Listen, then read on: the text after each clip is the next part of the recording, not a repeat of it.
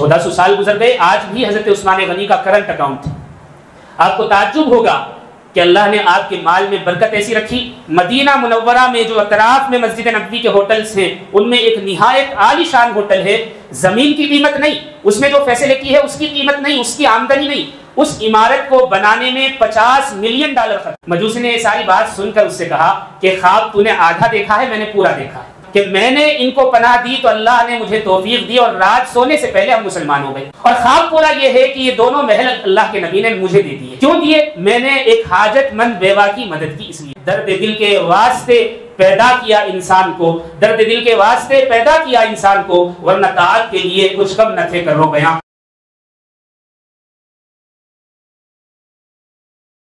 الحمد للہ رب العالمین وہدانا بالکتاب المبین والصلاة والسلام علی سید الانبیاء والمرسلین خاتم النبیین محمد بن عبد اللہ الامین وعلی آلہ وصحبہ اجمعین ومن تبعہم بإحسان الی یوم الدین، اما بعد فاعوذ باللہ من الشیطان الرجیم، بسم اللہ الرحمن الرحیم۔ من ذا الذي يقرض الله قرضا حسنا فيضاعفه له اضعافا كثيرا والله يقبض ويبسط واليه ترجعون۔ وقال الله تبارك وتعالى انما المؤمنون اخوة، صدق اللہ العلی العظیم۔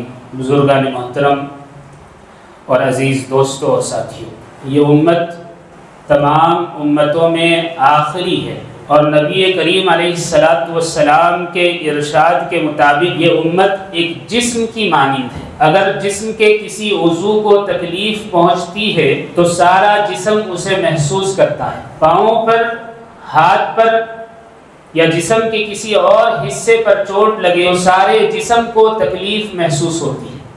اس وقت ساری دنیا میں جہاں جہاں بھی مسلمان آباد ہیں، کسی نہ کسی پریشانی، کسی نہ کسی تکلیف، کسی نہ کسی امتحان میں مبتلا ہے۔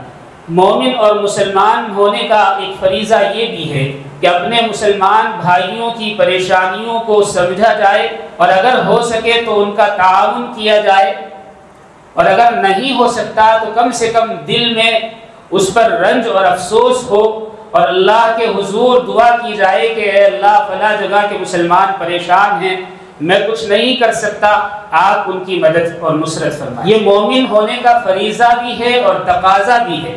نبی کریم علیہ السلام نے اس کی پوری تعلیم فرمائی، صحابہ نے پریکٹیکل اپنی زندگی میں اس کی مثالیں پیش کی، بعد میں آنے والے تابعین، تبع تابعین، علماء، ائمہ، فقہاء، محدثین، اور پھر ان کے بعد اولیاء کرام، سب نے اسی راستے کو چنا اور اس پر چل کر دکھایا۔ کوئی مسلمان پریشان ہو تو اس کی پریشانی کو دور کرنے کی کوشش کرنی چاہیے، یا کم سے کم دل میں اس پر رنجیدہ ہونا چاہیے اور اس کے لیے دعائے خیر کرنی چاہیے۔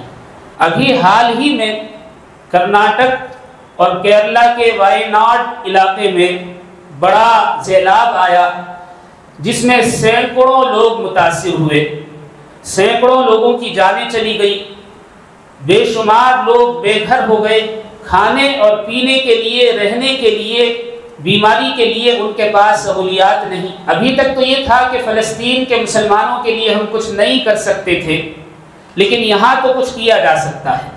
میں آگے اس کی چند باتیں آپ کے سامنے عرض کروں گا۔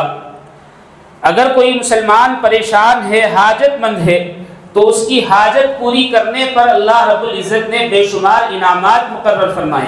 نبی کریم علیہ السلام کی ایک حدیث ہے کہ اگر کوئی شخص ضرورت مند ہے، حاجت مند ہے، اور اس کی ضرورت کو، اس کی حاجت کو کوئی شخص پورا کرنے کی کوشش کرے، اگرچہ وہ پوری نہ کر سکے، یعنی انسان مومن کوشش کرے کہ بھائی میں یہ کام اس کا کر دوں، وہ کوشش کرے اور پوری نہ بھی کر پائے، تو اللہ رب العزت پہلا انعام یہ فرماتے ہیں کہ اس کے تمام گناہوں کو بخش دیتے ہیں، اور دوسرا انعام اس کے لیے یہ ہوتا ہے کہ دو باتیں اس کے لیے لکھ دی جاتی ہیں۔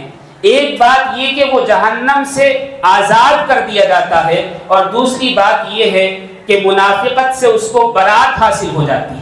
اللہ اکبر، اس سے بڑا انعام کیا ہوگا؟ یعنی دنیا میں ہی خوشخبری سنا دی جا رہی ہے کہ جہنم سے خلاصی ہے اور منافقت سے برات ہے، منافقت سے آزادی ہے، اس لیے کہ اگر منافقت ختم ہو گئی تو اعمال میں اخلاص پیدا ہو جاتا ہے، اور جب اخلاص پیدا ہو جاتا ہے تو یقیناً وہ اللہ کے یہاں مقبول ہوتے ہیں۔ پھر بخشش کا کیا کہنا، بخشش تو اللہ رب العزت فرما دیں گے۔ نبی کریم علیہ السلام کے صحابہ نے اس کی بہت ساری مثالیں پیش کی۔ حضرت عثمان غنی رضی اللہ تعالیٰ عنہ کے بارے میں آتا ہے کہ آپ نہایت مالدار تھے، اور آپ کا جو کاروبار اور تجارت ہوا کرتی تھی وہ ہول سیل تجارت تھی۔ بڑے بڑے قافلے آپ کے مدینہ میں اور ملک شام میں، ملک یمن میں اور بحرین وغیرہ کی طرف جایا کرتے تھے۔ ایک مرتبہ حضرت عمر فاروق رضی اللہ تعالیٰ عنہ کے زمانے میں سارے جزیرۃ العرب میں قحط سالی پڑی، اور ایسا قحط پڑا کہ دانے دانے کو آدمی محتاج ہو گئے۔ اور قحط سالی کا یہ معاملہ تھا کہ اگر کسی جانور کو ذبح کیا جاتا تو دو ہی چیز نکلتی تھی، یا تو اوپر سے کھال نکلتی یا اندر سے ہڈیاں نکلتی، گوشت اور چربی غائب تھی۔ قحط سالی میں، خشک سالی میں یہ عالم جزیرۃ العرب کا ہو گیا تھا۔ 9 مہینے یہی کیفیت رہی، جو کچھ اناج ذخیرہ تھا سب ختم ہو گیا۔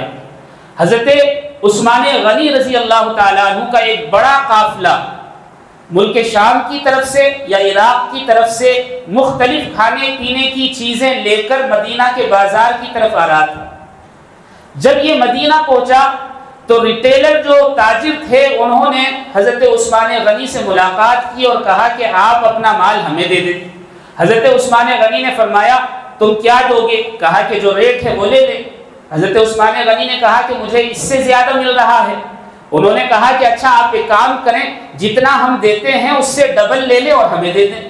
حضرت عثمان غنی نے فرمایا کہ نہیں، مجھے اس سے بھی زیادہ مل رہا ہے۔ انہوں نے کہا کہ اچھا 3 گنا لے لیں۔ اب ظاہر سی بات ہے تاجر تھے، ان کو پتا تھا کہ غلہ اناج سارے جزیرۃ العرب میں نہیں ہے، جس بھاؤ بیچیں گے بکے گا۔ حضرت عثمان غنی نے فرمایا مجھے اس سے بھی زیادہ مل رہا ہے۔ انہوں نے کہا کہ اچھا آپ ایک کام کریں، 1 کے 4 لے لیں، 4 گنا قیمت لے لیں، لیکن آپ ہمیں دے دیں۔ حضرت عثمان غنی نے فرمایا مجھے اس سے بھی زیادہ مل رہا ہے۔ لوگوں نے کہا کہ نہیں، 4 گنا قیمت اگر دے کر غلہ خریدا گیا تو کوئی ہم سے خریدنے والا نہیں ہوگا، ایسا کون ہے جو آپ کو اس سے بھی زیادہ دے رہا ہے؟ تو حضرت عثمان غنی نے فرمایا مجھے 1 کے 10 مل رہے ہیں اس دنیا میں، اور آخرت کا اجر الگ ہے۔ پھر اپنے غلاموں کو بلایا اور کہا جتنے اونٹ غلوں سے اور کھانے پینے کی چیزوں سے بھرے لدے ہوئے ہیں سب حاجت مندوں میں تقسیم کر دیے جائیں، وہ اونٹ بھی ذبح کر کے تقسیم کر دیے جائیں۔ مجھے یہ سب کچھ مال جو ہے یہ اللہ نے دیا ہے، اور اللہ ہی کے راستے میں حاجت مندوں کو دے رہا ہوں۔ اللہ اس دنیا میں بھی عطا فرمائیے، آخرت میں بھی عطا فرمائیے۔ اللہ اکبر، اللہ اکبر۔ یہ مثالیں ہیں صحابہ رضوان اللہ علیہم اجمعین۔ اسی قحط سالی اور خشک سالی کے دور میں ملک شام کا ایک آدمی حضرت ابو بکر صدیق رضی اللہ تعالیٰ عنہ کے پاس آیا۔ 2 قحط سالی ہوئی تھی، حضرت ابو بکر صدیق کے زمانے میں 5 یا 6 مہینے کی، حضرت عمر فاروق کے زمانے میں تقریباً 9 اور 10 مہینے کی۔ حضرت ابو بکر صدیق کے زمانے میں ایک شخص ملک شام سے آیا اور حضرت ابو بکر صدیق سے ملا اور کہا کہ امیر المومنین میں نہایت پریشان حال ہوں، کھانے پینے کے لیے کوئی چیز نہیں، مجھ سے زیادہ ضرورت مند کوئی نہیں، آپ میرے لیے کچھ تعاون فرما دیں۔ حضرت ابو بکر صدیق اسے اپنے گھر تشریف لے کر گئے اور لے جا کر بٹھایا اور فرمایا کہ بھائی میں امیر المومنین تو ہوں، لیکن سچی بات یہ ہے 3 دن سے میرے حلق میں دانہ نہیں گیا ہے، آپ ایسا کریں میرے پاس کچھ نہیں ہے، عثمان غنی کے پاس چلے جائیں اور ان سے آپ کچھ نہ کہیں، بس یہ کہنا کہ میں اللہ کے نبی کا ایک ادنا غلام ہوں، بس اتنی بات کہنا۔ وہ شخص کہنے لگا کہ میں تو آپ سے امید لگا کر آیا تھا، مجھے بڑے پیسوں کی ضرورت ہے، مجھے تو کم سے کم 3000 دینار کی ضرورت ہے، سونے کی اشرفیاں۔ حضرت ابو بکر نے کہا تم جتنا چاہتے ہو وہ اس سے زیادہ دیں گے۔ کہا کہ امیر المومنین 3000 سونے کے سکے بہت ہوتے ہیں اور یہ خشک سالی کا زمانہ ہے۔ حضرت ابو بکر نے فرمایا کہ بھائی جہاں تم سوچنا بند کرتے ہو وہاں سے عثمان غنی دینا شروع کرتے ہیں، تم جاؤ تو صحیح۔ خیر یہ شخص پہنچا، حضرت عثمان غنی کے دروازے پر دستک دی تو اندر حضرت عثمان غنی اپنے صاحب زادے پر ناراض ہو رہے تھے۔ باہر آواز سنائی دے رہی تھی۔ کیا آواز تھی؟ حضرت عثمان غنی تنبیہ فرما رہے تھے کہ جو تم شربت پی رہے ہو اس میں شہد ڈال کر پینے کی ضرورت کیا ہے؟ کیوں زیادہ خرچ کر رہے ہو؟ اب یہ بات جب اس کے کانوں میں پڑی، اس نے کہا کہ ابو بکر تو اتنی تعریف کر رہے تھے، یہاں یہ اپنے ہی بیٹے پر کنجوس بنا ہوا ہے۔ تو وہ پریشان ہو گیا، اس نے سوچا پتہ نہیں آج میرا مسئلہ حل ہوگا یا نہیں۔ حضرت عثمان غنی نے دستک کی آواز سنی، باہر آئے، پوچھا کہ کیا بات ہے؟ کہا کہ میں اپنی ایک ضرورت کے لیے آیا تھا، لیکن آپ تو اپنے بیٹے پر ہی ناراض ہیں کہ شربت میں شہد ڈال کر پی رہے ہو، یہ زیادہ خرچ ہے۔ تو حضرت عثمان غنی نے فرمایا کہ یہ فضول خرچی ہے، شربت میٹھا ہوتا ہے، میٹھے میں مزید میٹھا ڈالنا فضول خرچی ہے، اس لیے کہ عربوں کے یہاں جو شربت تیار ہوتا تھا وہ کھجور سے ہوتا تھا، اور کھجور خود میٹھی ہوتی ہے، تو اس میں مزید شہد ڈال کر تو میٹھے کو میٹھا بنانا اس کا کوئی فائدہ تو نہیں۔ آپ نے اس شخص کو بٹھایا اور پھر اس کی خاطر مدارات کی۔ کیا چیز پیش کی؟ شربت پیش کیا اور اس میں شہد ڈال کر اس کو پیش کیا۔ تو وہ شخص حیران رہ گیا کہ بیٹے کو منع کر رہے ہیں، مجھے پلا رہے ہیں۔ آپ نے فرمایا بیٹے کی اصلاح کرنا مقصد ہے اور تمہاری مہمان نوازی مقصد ہے۔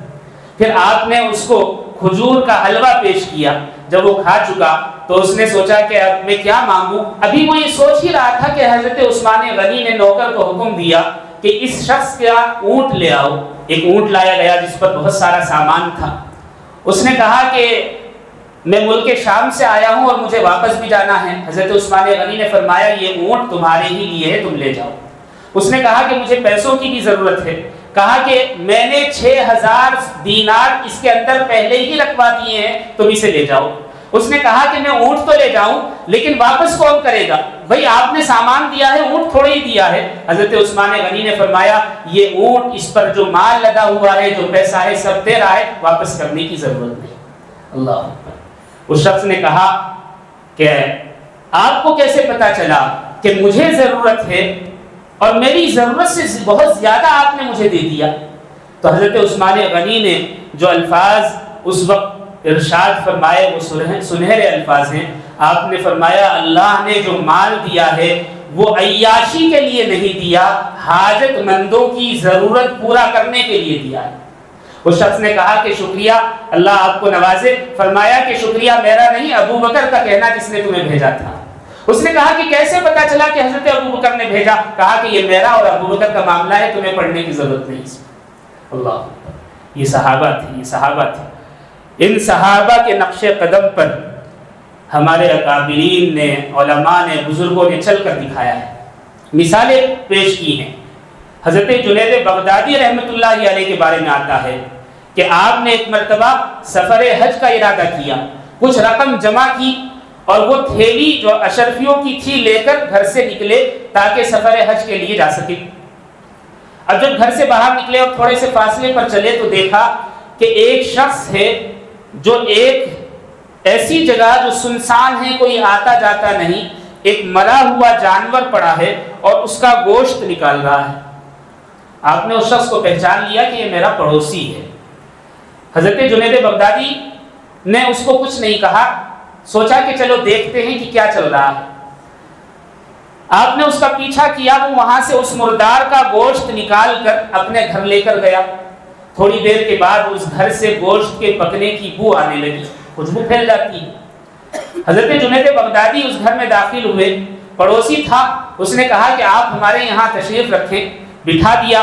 تو حضرت جنید بغدادی نے دیکھا کہ وہ پڑوسی اپنے بیوی بچوں کے ساتھ بیٹھ کر دسترخوان پر گوشت کھا رہا ہے، وہی گوشت۔ تو حضرت نے فرمایا کہ بھائی کیا اپنے پڑوسی کو اپنے دسترخوان پر دعوت نہیں دو گے؟ اس نے کہا کہ حضرت بات یہ ہے کہ یہ گوشت میرے لیے حلال ہے، آپ کے لیے حلال نہیں۔ کہا کہ بات بتاؤ؟ کہا کہ نہیں آپ رہنے دیں، میرے لیے حلال ہے، بس اس سے آگے مت پوچھیں۔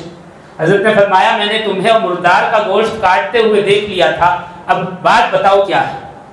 اس نے کہا کہ میں ضرورت مند ہوں، کوئی کاروبار نہیں، جو کچھ تھا سب ختم ہو گیا، کوئی قرض دینے کو تیار نہیں، 3 دن سے زیادہ ہو گئے بیوی بچوں کو بھوک سے تڑپتے ہوئے، جان بچانے کے لیے یہ مردار کا گوشت میں لایا ہوں، میرے لیے تو یہ شرعاً جائز ہے، آپ چونکہ مہمان ہیں آپ کے لیے میں پیش نہیں کر سکتے۔ حضرت جنید بغدادی نے فوراً وہ تھیلی نکالی جو حج کے اخراجات کے لیے جمع کی تھی، اور وہ سارے پیسے اپنے پڑوسی کو دیے اور کہا کہ یہ گوشت چھوڑ دو، حلال گوشت لے آؤ اور گھر میں جو ضرورت کا سامان ہے وہ بھی لے آؤ، اور باقی پیسوں سے اپنا کاروبار کر لو، اور واپس گھر آ گئے۔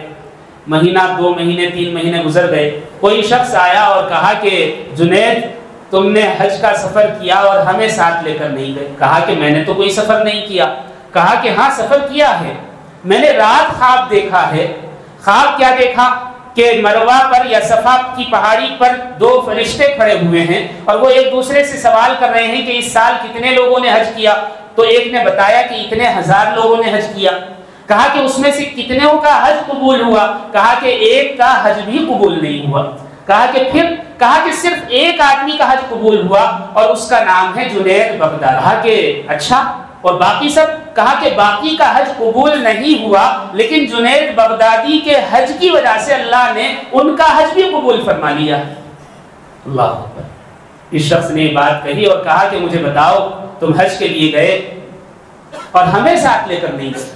حضرت جنید بغدادی نے کہا کہ بھائی میں نے تو حج اس سال کیا ہی نہیں ہے، اور پھر ساری بات بتائی کہ ہو سکتا ہے اللہ نے اس عمل کی وجہ سے میری طرف حج کا ثواب بھی شامل کر دیا ہو اور یہ انعام بھی فرمایا ہو۔ بہرحال ضرورت مند کی ضرورت پوری کر دی جائے، اس کا بڑا اجر ہے، اس کا بڑا ثواب ہے، اس لیے کہ اگر ضرورت مند کی حاجت پوری کر دی جائے، آخرت میں جو انعام ہے وہ تو ہے ہی، دنیا میں جو سب سے چھوٹا انعام ملتا ہے وہ ہے دل کا سکون۔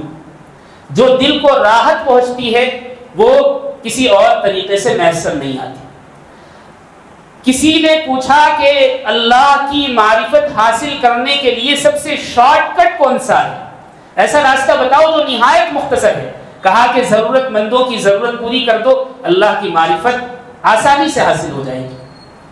کسی نے پوچھا کہ میں اپنے بگڑے ہوئے کاموں کو کیسے پورے کروں؟ تو شیخ نے عالم نے کہا کہ تم ضرورت مندوں کو کھلاؤ پلاؤ تو اللہ رب العزت تمہاری حاجت پوری کر دے گی۔ اس شخص نے کہا کہ اگر کھلانے پلانے کی طاقت ہوتی تو میں کیوں کاروبار کے لیے اپنی ضرورت کے لیے آپ کے پاس آتا؟ تو حضرت نے فرمایا اگر تمہارے اندر طاقت نہیں تو ایک مٹھی آٹا چیونٹیوں کو ڈال دو، جب ان کی جان کو غذا ملے گی تو اللہ رب العزت اس کے بدلے تمہیں دنیا میں آخرت میں نواز دے گی۔ اللہ اکبر۔ ایک عالم تھے، ان کا ایک شاگرد تھا، دونوں سفر کر رہے، سفر کرتے کرتے ایک جنگل سے گزرے، وہاں کچھ کھیت تھے، کھیتوں میں دیکھا کہ ایک کنارے پر کسی کسان کے جوتے رکھے ہوئے ہیں اور تھوڑے سے فاصلے پر جھاڑیوں کے پیچھے وہ کھیتی کر رہا ہے۔ تو شاگرد کو شرارت سوجی، اس نے کہا کہ حضرت اجازت دیں تو اس کے جوتے چھپا دوں تاکہ جب یہ واپس آئے تو جوتے تلاش کر کے پریشان ہوگا۔ تو حضرت نے کہا کہ اگر تمہیں شرارت ہی کرنی ہے تو ایسی شرارت کرو جس سے تمہیں بھی مزہ آئے اور سامنے والے کو تکلیف نہ پہنچے۔ کہا کہ حضرت ایسی بھی کوئی شرارت ہوتی ہے؟ حضرت نے کہا کہ ہاں بھائی ہوتی ہے، تم شرارت کرنا چاہتے ہو میں تمہیں بتاتا ہوں۔ تو استاد نے کہا کہ ایسا کرو تم اس کے جوتے چھپانے کے بجائے اس کے جوتوں میں تھوڑے سے پیسے رکھ دو۔ کہا کہ ٹھیک ہے۔ اب تھوڑے سے پیسے، اس زمانے میں سونے کے سکے ہوتے تھے، 2-4 سکے اس کے جوتوں میں ڈال دیے اور دونوں کے دونوں کسی جھاڑی کے پیچھے چھپ کر دیکھنے لگے۔ تھوڑی دیر کے بعد وہ کسان واپس ہوا اور اس نے اپنا پسینہ پوچھا اور پھر اس نے جوتوں میں پیر ڈالا تو دیکھا کہ اس میں کچھ ہے، فوراً جھٹک کر دیکھا تو سونے کے سکے نکلے۔ تو اس نے پہلے تو ان سکوں کو اچھی طرح جانچا کہ بھئی یہ سونا ہی ہے کچھ اور ہے، پھر اللہ کی طرف ہاتھ اٹھا کر کہا اے اللہ تو کتنا غفور رحیم ہے، کیسا رحم کرنے والا ہے، مجھے جن پیسوں کی ضرورت تھی آپ نے اس جنگل اور بیابان میں وہ عطا فرما دیے۔ اے اللہ تو نے جن لوگوں کے ذریعے یہ پیسے مجھ تک پہنچائے ہیں اس دنیا میں بھی اور اس دنیا میں بھی ان سے حساب نہ لینا۔ اللہ، اس نے یہ دعا کی۔ تو استاد نے شاگرد سے کہا کہ اب یہ بتاؤ کہ تم نے کیا محسوس کیا؟ کہا کہ حضرت زندگی کا سب سے بڑا سبق مل گیا کہ دوسرے کا دل رکھ کر دوسرے کی ضرورت پوری کر کے جو خوشی حاصل کی جا سکتی ہے وہ اور کسی طرح حاصل نہیں ہو سکتی۔ بات صحیح ہے، دوسروں کی خوشیوں میں آدمی اسی وقت شامل ہو سکتا ہے جب اپنے ہاتھ سے، اپنے وجود سے، اپنے ذریعے وہ دوسروں کو کوئی خوشی پہنچائے۔ ایک آیت ہے جو میں نے آپ کے سامنے شروع میں تلاوت کی، من ذا الذی یقرض اللہ قرضا حسنا، کون ہے جو اللہ کو قرض حسنا دے۔ یہ آیت جب نازل ہوئی تو ایک صحابی ہیں ابو دہدہ رضی اللہ تعالی، جب انہوں نے یہ آیت سنی تو فوراً نبی کریم علیہ السلام کا ہاتھ اپنے ہاتھ میں پکڑ لیا اور آپ کا دست مبارک پکڑ کر کہا اے اللہ کے نبی میرے ساتھ آپ چلیے۔ کہا کہ آپ آئیں تو صحیح۔ رسول اللہ صلی اللہ علیہ وسلم ان کے ساتھ چل دیے۔ وہ تھوڑے سے فاصلے پر لے گئے جہاں ایک کھجوروں کا باغ تھا جس میں 600 درخت کھجوروں کے تھے۔ آپ کو پتا ہے 600 درختوں پر کھجوریں کتنی آتی ہیں؟ اندازہ نہیں ہوگا۔ کم سے کم سال میں ایک ہی فصل آتی ہے، لیکن کم سے کم 2.5 لاکھ سے 3 لاکھ کلو کھجور آتی ہے 600 درختوں پر۔ اللہ کیا ویلیو ہوگی آج کی مارکیٹ میں۔ تو ان صحابی نے کہا اے اللہ کے نبی 600 درختوں کا یہ باغ میں ضرورت مندوں کو، حاجت مندوں کو اللہ کے راستے میں دے رہا ہوں، آپ گواہ رہنا۔ اللہ رسول اللہ صلی اللہ علیہ وسلم کا چہرہ کھل گیا، آپ نہایت خوش ہوئے، آپ نے دعا دی۔ اب صحابی کا معاملہ دیکھیے، حضرت ابو دہدہ نے، ان کا باغ تھا، اس باغ میں مکان بھی تھا، بیوی بچے بھی رہتے تھے۔ باغ کے دروازے پر کھڑے ہو کر کہا کہ ام دہدہ، یعنی بیٹے کا نام لے کر کہا کہ تم باہر آ جاؤ، یہ باغ میں نے اللہ کے راستے میں ضرورت مندوں کو دے دیا ہے۔ وہ بھی صحابیہ تھی، انہوں نے کہا کہ ابو دہدہ مبارک ہو، تم نے نہایت نفع کا فیصلہ کیا ہے۔ آج ہم ہوتے تو ناراض ہو جاتی ہے، کیا کر دیا۔ وہ صحابہ تھے۔ ہماری اور آپ کی مثال تو عجیب ہے۔ ایک لطیفہ ہے، ایک پاگل آدمی تھا، مینٹل ہم جسے کہتے ہیں، تو ہر ہمیشہ وہ ایک جملہ کہا کرتا تھا، کیا غلیل بناؤں گا اور چوڑی کو ماروں گا۔ لوگ اس سے تنگ آ گئے، بھئی کیا مصیبت ہے، غلیل بناؤں گا، چوڑی کو ماروں گا، چڑیاؤں کو ماروں گا۔ لوگوں نے کہا کہ واقعی یہ پاگل ہے، اس کو کہیں مینٹل ہاسپٹل میں ایڈمٹ کر دینا چاہیے۔ جو پاگلوں کا ہاسپٹل تھا وہاں اسے داخل کر دیا گیا، اس کا علاج چلا، بڑے لمبے عرصے کے بعد وہ صحت یاب۔ اب جب ڈاکٹر نے چیک اپ کیا تو وہ بالکل صحت مند تھا، اس میں کوئی بھی علامت ایسی نہیں تھی جس سے معلوم ہو کہ یہ آدمی پاگل ہے۔ تو ڈاکٹر نے کہا کہ بھئی مبارک ہو، تمہارا علاج ہو گیا ہے، اب یہ بتاؤ کہ تمہیں یہاں سے بھیجا جا رہا ہے، تم کیا کرو گے؟ اس نے کہا کہ یہاں سے نکل کر میں شادی کروں گا۔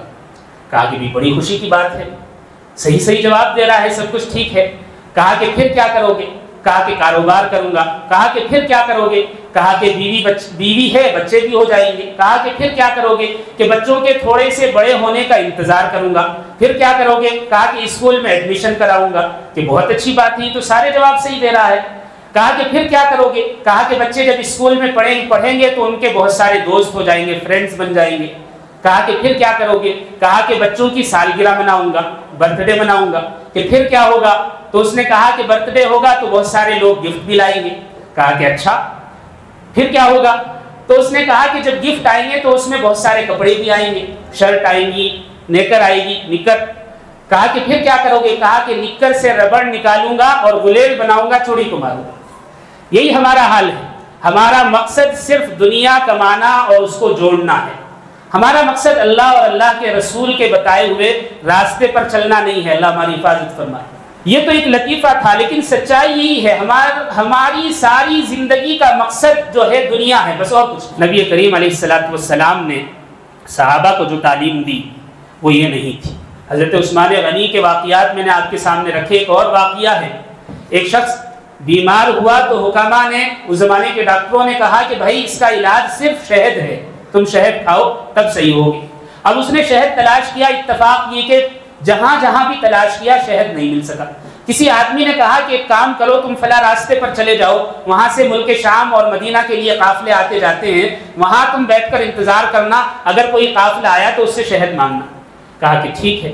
وہ شخص چلا گیا، راستے پر بیٹھ گیا۔ بیٹھنے کے بعد اس نے دیکھا کہ ایک بڑا قافلہ آ رہا ہے، تو قافلے کے مالک سے اس نے کہا کہ آپ مجھے اگر شہد ہو تو 2 کلو شہد دے دیں۔ اب یہ مالک کون تھے؟ یہ حضرت عثمان غنی تھے، جن کا ملک شام سے قافلہ آ رہا تھا تجارت کا۔ تو آپ نے غلام کو آواز دی اور کہا کہ ہمارے پاس شہد کتنا ہے؟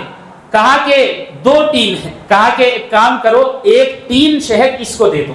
1 ٹین میں اس زمانے میں 50 کلو سے زیادہ شہد آتا تھا۔ تو غلام پریشان ہو گیا، اس کو 2 کلو کی ضرورت ہے، 1 ٹین شہد اس کو دیں گے تو کیا ہوگا؟ تو غلام نے کہا کہ حضرت اگر 1 ٹین اس کو دے دیا تو اونٹ کا بیلنس خراب ہو جائے گا، 2 ٹین سے بیلنس بنا ہوا ہے۔ تو حضرت عثمان غنی نے کہا کہ ایک کام کرو، دونوں ٹین اس کو دے دو۔ تو غلام پھر پریشان ہو گیا، اس نے کہا کہ حضرت یہ کیا غضب کر دیا؟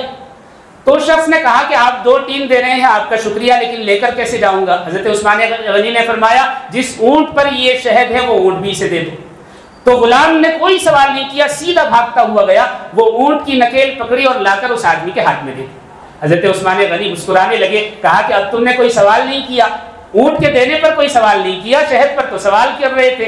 اس نے کہا کہ حضرت مجھے یہ ڈر ہوا کہ اگر اس نے آگے کوئی بات کہی یا میں نے کوئی سوال کیا تو آپ حکم فرما دیں گے کہ تو بھی اس کے ساتھ چلا جائے، تو میں نے سوچا کہ میں اپنے آپ کو آپ کی خدمت میں رکھوں۔ دنیا میں مال تو آتا جاتا ہے لیکن آپ جیسا مالک نہیں ملتا، اس لیے میں نے سوچا کہ کہیں آپ مجھے اس کے ساتھ رخصت نہ کر دیں، میں آپ کے پاس رہنا چاہتا ہوں۔ اللہ، حضرت عثمان غنی کی اسی فیاضی کی وجہ سے، اسی سخاوت کی وجہ سے اللہ نے آج بھی آپ کے مال میں برکت رکھی۔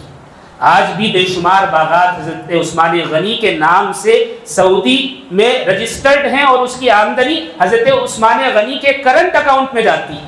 1400 سال گزر گئے، آج بھی حضرت عثمان غنی کا کرنٹ اکاؤنٹ ہے۔ آپ کو تعجب ہوگا کہ اللہ نے آپ کے مال میں برکت ایسی رکھی۔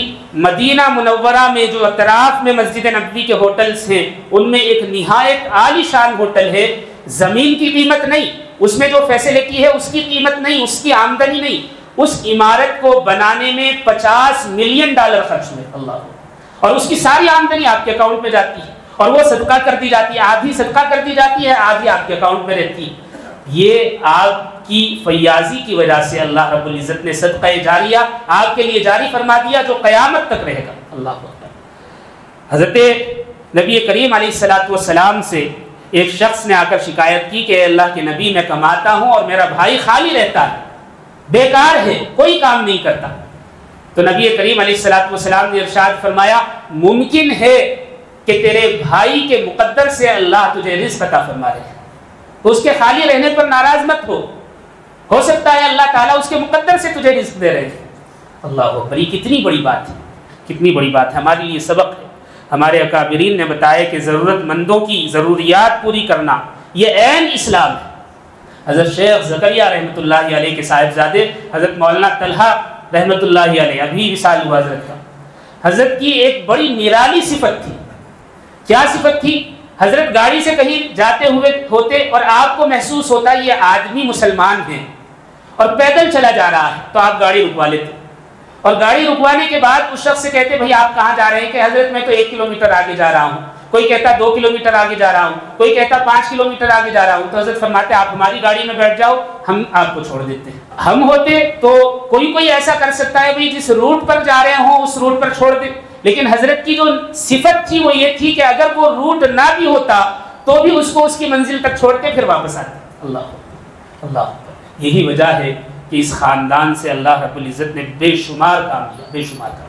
کتنے لوگوں کی اصلاح ہو گئی، کتنے لوگ دیندار ہو گئے، راستے پر آ گئے، کتنے لوگ جہنم سے آزاد ہو گئے۔ تھوڑی سی نیکی آدمی کو کہاں سے کہاں لے جاتی ہے، کہاں سے کہاں لے جاتی ہے۔ بنگلور ہی کا ایک واقعہ ہے، بڑا عبرتناک واقعہ ہے۔ کیا ایک بیوہ عورت تھی، ضرورت مند تھی، کہیں سے کوئی آمدنی کا ذریعہ نہیں تھا۔ اس نے اپنے رشتہ داروں سے کہا کہ مجھے کھانے پینے کی بڑی پریشانی ہے، تھوڑا سا راشن میرے گھر میں ڈلوا دو۔ کسی نے اس کی بات نہیں سنی۔ جب پریشان ہو گئی تو عیسائیوں کے پاس چلی گئی، کرسچنز کے پاس، انہوں نے اس کی مدد کی۔ نتیجہ کیا ہوا؟ ان کی مدد کی وجہ سے اس کے بچے پڑھ لکھ کر بڑے ہو گئے، اور پھر کیا ہوا؟ اس کا جو ایک بیٹا تھا، بڑا بیٹا، کرسچنز نے اس کو پڑھایا لکھایا، اور آج بھی وہ بنگلور کے ایک چرچ میں فادر ہے۔ کیا ہوا؟ مسلمان تھے، عیسائی بن گئے۔ کس وجہ سے؟ رشتہ داروں نے، آس پڑوس والوں نے ان کی ضرورت پوری نہیں کی، انہوں نے دین ہی چھوڑ دیا۔ اب اس کا وبال کس پر ہوگا؟ کس پر ہوگا؟ اللہ ہم سب کی حفاظت فرمائے۔ مدینہ منورہ میں ایک مرتبہ قحط سالی ہوئی، بہت سارے لوگ مدینہ چھوڑ کر چلے گئے۔ ایک سیدہ زادی وہ بھی مدینہ چھوڑ کر سمرقند ایک شہر ہے رشیا میں، وہاں چلی گئی۔ وہاں اس نے پوچھا کہ یہاں کوئی مالدار آدمی ہے جو لوگوں کی ضرورت پوری کرنے والا ہو؟ تو لوگوں نے کہا کہ 2 آدمی ہیں، ایک مسلمان ہے ایک مجوسی ہے۔ کہا کہ مجھے مسلمان کا پتہ دے دو۔ اس مسلمان کے پاس پہنچی اور جا کر کہا کہ میں مدینہ سے آئی ہوں، قحط سالی کی وجہ سے پریشان ہوں، میری جوان بچیاں ہیں، مجھے پناہ دے دو، اور میں چونکہ سید زادی ہوں تو مجھ سے سوال مت کرنا۔ اب اتنی بات کہنے کے باوجود اس شخص نے کہا کہ ایسے بہت سارے لوگ رات دن آتے ہیں، تمہارے پاس کیا دلیل ہے کہ تم سیدہ زادی؟ اب وہ عورت خاموش ہو گئی۔ اس نے کہا کہ مدینہ چھوڑ کر آئی ہوں اور تو کوئی میرے پاس دلیل نہیں۔ اس نے کہا کہ میرے پاس تمہارے لیے کوئی گنجائش نہیں، تم جاؤ۔ اب نہ چاہتے ہوئے اس مجوسی کے پاس جا کر مدد طلب کی۔ اس نے کہا کہ تم کون ہو؟ کہا کہ میں آل رسول ہوں۔ کہا کہ اچھا ٹھیک ہے، اندر آؤ۔ اس نے اندر بلایا اور اپنی بیوی سے کہا کہ ان کا ہر طرح سے خیال رکھنا۔ اگلے دن کیا ہوا؟ مالدار مسلمان بھاگتا ہوا اس مجوسی کے پاس آیا اور اس نے کہا کہ یہ جو عورت تمہارے پاس آئی تھی اسے مجھے دے دو، اور جو اس کے بدلے میں لینا چاہتے ہو وہ لے لو۔ مجوسی نے کہا کہ کیوں؟ کل جب یہ تمہارے پاس گئی تھی تم نے اس کا خیال نہیں کیا، آج تم خیال کر رہے ہو۔ کہا کہ رات میں نے خواب دیکھا رسول اللہ صلی اللہ علیہ وسلم تشریف فرما ہے اور 2 جنت کے محلات ہیں، ایک لال محل ہے یاقوت کا، ایک سفید موتیوں کا محل ہے۔ میں نے پوچھا اے اللہ کے نبی یہ کس کے لیے ہے؟ کہا کہ جو حاجت مندوں کی حاجت پوری کرے اس کے لیے۔ کہا کہ اے اللہ کے نبی یہ مجھے دے دے۔ کہا کہ نہیں، یہ تو میں نے مجوسی کو دے دی۔ یہ شخص جو تھا اس نے کہا کہ اے اللہ کے نبی وہ مجوسی تو مسلمان نہیں ہے۔ تو نبی کریم علیہ السلام نے فرمایا تمہیں کیا مطلب؟ جنت تو ان کے لیے ہے جو اہل ایمان مسلمانوں کے لیے ہیں۔ تو شخص نے کہا کہ اللہ کے نبی میں بھی تو مسلمان ہوں، میں بھی تو اہل ایمان میں سے ہوں۔ تو آپ نے فرمایا تیرے اہل ایمان میں سے ہونے کی دلیل کیا؟ تو یہ شخص گھبرا کر اٹھ گیا اور بھاگتا ہوا مجوسی کے پاس پہنچا۔ مجوسی نے یہ ساری بات سن کر اس سے کہا کہ خواب تو نے آدھا دیکھا ہے، میں نے پورا دیکھا ہے۔ کہا کہ کیا؟ کہ میں نے ان کو پناہ دی تو اللہ نے مجھے توفیق دی اور رات سونے سے پہلے ہم مسلمان ہو گئے، اور خواب پورا یہ ہے کہ یہ دونوں محل اللہ کے نبی نے مجھے دے دیے۔ کیوں دیے؟ میں نے ایک حاجت مند بیوہ کی مدد کی اس لیے دے دی۔ اللہ اکبر، اللہ اکبر، کیا مل جاتا ہے، کیا مل جاتا ہے، ہم نہیں سمجھ سکتے۔ حضرت ابو ہریرہ رضی اللہ تعالیٰ عنہ کی ایک روایت ہے، فرماتے ہیں کہ رسول اللہ صلی اللہ علیہ وسلم نے ارشاد فرمایا روز حشر ایک شخص سے اللہ رب العزت ارشاد فرمائیں گے کہ میں بھوکا تھا اور میں نے تجھ سے کھانا مانگا، تو نے مجھے نہیں کھلایا۔ وہ کہے گا اے اللہ آپ تو رزق دینے والے ہیں، رزق پیدا کرنے والے ہیں، رازق آپ ہیں، بھلا آپ کیسے بھوکے رہ سکتے ہیں، آپ کو کھانے کی کیا ضرورت؟ تو اللہ رب العزت فرمائیں گے میرا فلاں بندہ بھوکا تھا، اس نے تجھ سے مانگا اور تو نے دیا نہیں، اگر تو اسے کھلاتا تو گویا مجھے کھلاتا۔ پھر اللہ رب العزت فرمائیں گے میں پیاسا تھا اور تو نے مجھے مانگنے کے باوجود پانی نہیں پلایا، تو وہ کہے گا اے اللہ آپ پیاسے کیسے ہو سکتے ہیں، ساری چیزیں آپ کے اختیار میں، آپ کو پانی کی کیا ضرورت؟ تو اللہ رب العزت فرمائیں گے کہ فلاں بندہ پیاسا تھا، اس نے مانگا اور تو نے پلایا نہیں، اگر تو پلاتا تو گویا مجھے پلاتا۔ پھر اللہ رب العزت فرمائیں گے کہ فلاں وقت میں بیمار تھا اور تو نے میری عیادت نہیں کی، میری بیمار پرسی نہیں کی۔ وہ کہے گا اے اللہ ساری شفا آپ کے اختیار میں، آپ کیسے بیمار ہو سکتے ہیں؟ تو اللہ رب العزت فرمائیں گے کہ فلاں بندہ بیمار تھا، تو نے اس کی بیمار پرسی نہیں کی۔ اللہ اکبر، گویا کسی کے کام آنا یہ عین اللہ رب العزت کے قرب حاصل کرنے کی دلیل ہے۔ حضرت ابن عباس رضی اللہ تعالیٰ عنہ فرماتے ہیں رسول اللہ صلی اللہ علیہ وسلم نے ارشاد فرمایا اللہ کے کچھ خاص انعامات ہیں، یہ ان لوگوں کے لیے مخصوص ہیں جو لوگوں کی حاجت پوری کرنے والے ہوں۔ اگر وہ یہ راستہ چھوڑ دیں، یہ طریقہ چھوڑ دیں، یعنی مدد کرنے کا راستہ چھوڑ دیں، تو اللہ تعالیٰ یہ انعامات دوسرے لوگوں کو منتقل فرما دیتے ہیں۔ گویا دنیا میں جو انعامات اس کی وجہ سے ہیں وہ کسی اور کو چلے جاتے ہیں، یہ محروم ہو جاتا ہے۔ آج جو ہے وائناڈ کے علاقے میں، کیرلا اور کرناٹک کا جو علاقہ ہے، بڑا سیلاب آیا ہوا ہے، سینکڑوں لوگ اس میں مارے گئے ہیں، ہزاروں لوگ بے گھر ہو گئے ہیں، نہ ان کے پاس مکان ہے، نہ دوا ہے، نہ کھانا ہے، نہ کوئی اور وسیلہ ہے، وہ لوگ پریشان حال ہیں۔ وہ ہمارے بھائی ہیں، ایمانی بھائی، دین کا اور ایمان کا یہ تقاضا ہے کہ اپنے مومن بھائی کی مدد کی جائے۔ بے شمار لوگ ان کی مدد کر رہے ہیں لیکن وہ مدد ناکافی ہو رہی ہے۔ آج کی یہ ساری گفتگو کا مقصد یہ ہے کہ آج ہمارے اس علاقے کی تمام مساجد میں، کیرلا اور کرناٹک کے اس علاقے میں جو سیلاب آیا ہے اور اس سے جو لوگ متاثر ہوئے ہیں، ان کی مدد کے لیے مساجد میں، ہمارے اس علاقے کی تمام مساجد میں اپیل کی گئی ہے کہ جو کچھ آپ سے ہو سکتا ہے آپ ان کا تعاون بھی کریں اور ان کے لیے دعا بھی کریں، اس لیے کہ رسول اللہ صلی اللہ علیہ وسلم کی حدیث ہے، حضرت انس روایت کرتے ہیں، فرماتے ہیں کہ آقا مدنی صلی اللہ علیہ وسلم کا ارشاد ہے، جو میرے کسی امتی کی کوئی حاجت پوری کرے جس سے وہ خوش ہو جائے، یعنی اس کی ضرورت پوری ہو جائے، اسے خوشی حاصل ہو جائے، تو گویا اس نے مجھے خوش کیا ہے، اور جس نے مجھے خوش کیا ہے گویا اس نے اللہ کو خوش کر دیا ہے، اور جس نے اللہ کو خوش کر دیا ہے تو اللہ رب العزت اسے جنت میں داخل فرما دیتے ہیں۔ اللہ اکبر، کتنی پیاری حدیث ہے۔ ایک اور حدیث ہے، رسول اللہ صلی اللہ علیہ وسلم نے ارشاد فرمایا، جو شخص کسی مسلمان کی حاجت پوری کرتا ہے، روز محشر میزان کے قریب اس شخص کو میں کھڑا ہوا ملوں گا، اگر اس کی نیکیاں پوری ہوئی تو ٹھیک، اور اگر کم ہوئی تو اس کی سفارش میری ذمہ ہے۔ اللہ پر یہ ضروری نہیں ہے کہ ہم اپنی ساری جمع پونجی خرچ کر دیں، اپنی بساط کے مطابق، اپنے ہاتھ کے مطابق بھئی جتنا ہم سہولت کے ساتھ دے سکتے ہیں، ضروری نہیں 100 روپے دیں، 10 روپے صحیح، زیادہ ضرورت نہیں، جتنی آپ کی سہولت ہے اتنی رقم سے یا اتنے سامان سے آپ ان لوگوں کی مدد کر دیں، تو روز قیامت اور اس دنیا میں بھی اللہ رب العزت اس کا بدلہ عطا فرمائیں گے۔ اس لیے کہ شاعر کہتا ہے، درد دل کے واسطے پیدا کیا انسان کو، درد دل کے واسطے پیدا کیا انسان کو، ورنہ طاعت کے لیے کچھ کم نہ تھے کرو بیاں۔ دعا فرمائیں اللہ رب العزت ہمیں کہنے سننے سے زیادہ عمل کی توفیق عطا فرمائے، اور جو سیلاب اور زلزلے سے متاثر ہیں اللہ رب العزت ہمارے ذریعے اور پھر دیگر اور لوگوں کے ذریعے ان کی آباد کاری کا کام لے لے، اور اس دنیا میں بھی اور آخرت میں بھی اس کا بھرپور اجر اور ثواب عطا فرمائے۔ وآخر دعوانا ان الحمدللہ رب العالمین۔ کعبے پہ پڑی جب پہلی نظر، کیا چیز ہے دنیا بھول گیا، کیا چیز ہے دنیا بھول گیا۔